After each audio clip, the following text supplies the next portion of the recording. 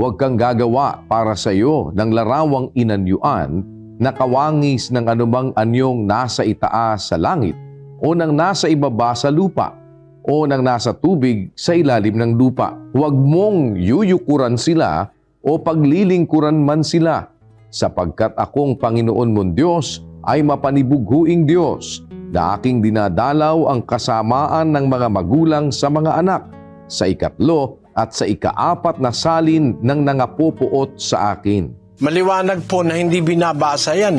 kasi kung binabasa yan, ku-question yung mga miyembro bakit sila mayroong mga larawang inanyuan, mga estatwa, mga ribulto. Bawal po ng Diyos yung paggawa nun Hindi ko po binabasa ito para atakihin ang kahit na sino, kundi binibigyan ko lang po kayo ng halimbawa na kailangang ang Biblia i-expose yung salita ng Diyos sa Biblia, maintindihan ng mga tao.